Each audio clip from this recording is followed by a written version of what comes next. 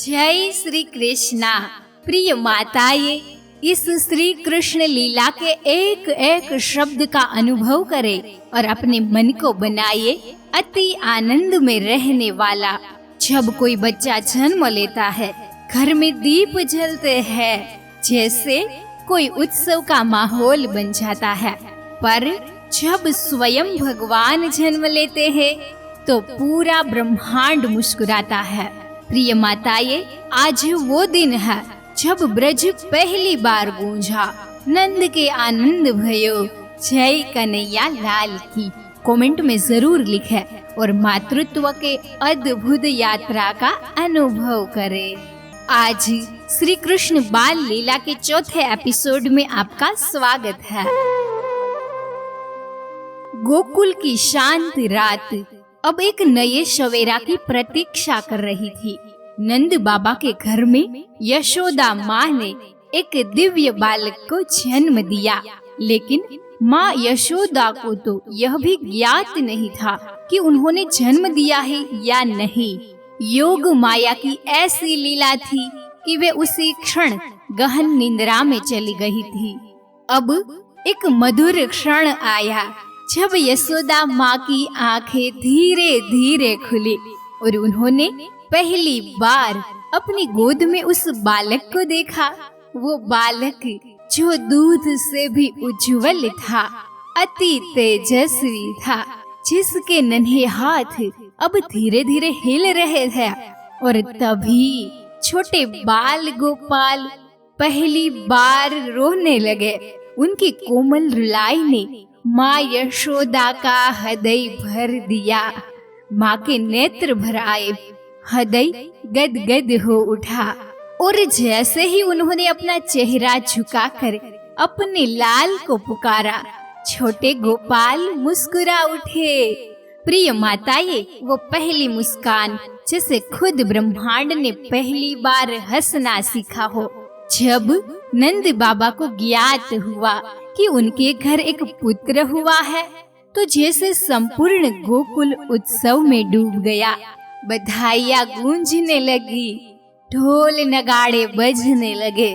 नंद बाबा आनंदित हो उठे, नाच उठे, गा उठे। गोकुल की गलियारों में हर ओर एक ही गूंज थी, नंद के आनंद भयो, जय कन्हैया लाल की। सभी गोपियाँ, सखिया, बुजुर्ग, बच्चे जैसे स्वयं ब्रह्म नंद को अनुभव कर रहे हो। सजी हुई रंगोली, तुलसी के द्वार पर दीपक और आंगन में गोपाल की मुस्कान। प्रिय माताएं, यह कोई साधारण जन्म नहीं था, यह तो स्वयं पर ब्रह्म का स्वागत था, जो यशोदा की गोद में आकर बाल लीलाएं रचने को आया था। प्रिय माताएं, हर प्रकाश के साथ एक अंधकार भी आता है। कंस को जब ज्ञात हुआ कि 8वां बालक कहीं और जन्म ले चुका है, उसका भय और क्रूरता और भी बढ़ गई। उसने अपने राक्षसों को भेजा, एक से एक मायावी, जो गोकुल में बच्चों की हत्या करे। परंतु गोकुल के लोग अनजान थे, उसके लिए तो यह केवल आनंद का समय था। हर दिन यशोदा माँ अपने लाल को झूले में झुलाती, लोरिया गाती। गोपाल उन्हें अपलक निहारते, कभी अचानक रो पड़ते तो कभी चुपचाप मुस्कुरा देते। ये कोई साधारण शिशु नहीं था, ये वो थे जिनकी मुस्कान से ब्रह्मांड हंसता है और जिनकी चुप्पी से काल भी डरता है। प्रिय माताएं, अब कुछ पल शांति से अपनी आंखें बंद करिए। कल्पना करें, तुम्हारे गर्भ में भी एक जीवन मुस्कुरा रहा है। तुम्हारा अपना बाल गोपाल, छोटा लड्डू गोपाल, और अपने बच्चे से कहे, मेरे लाल, तू ही मेरा आनंद है, तू ही मेरा प्रेम है, तू ही मेरा अस्तित्व है। जैसे यशोदा माँ को श्री कृष्ण मिले, वैसे ही तू मेरे जीवन में ईश्वर का वरदान है बेटा, ईश्वर का वरदान है। प्रिय माताएं, ब्रज में अब एक नई आहट होने वाली है।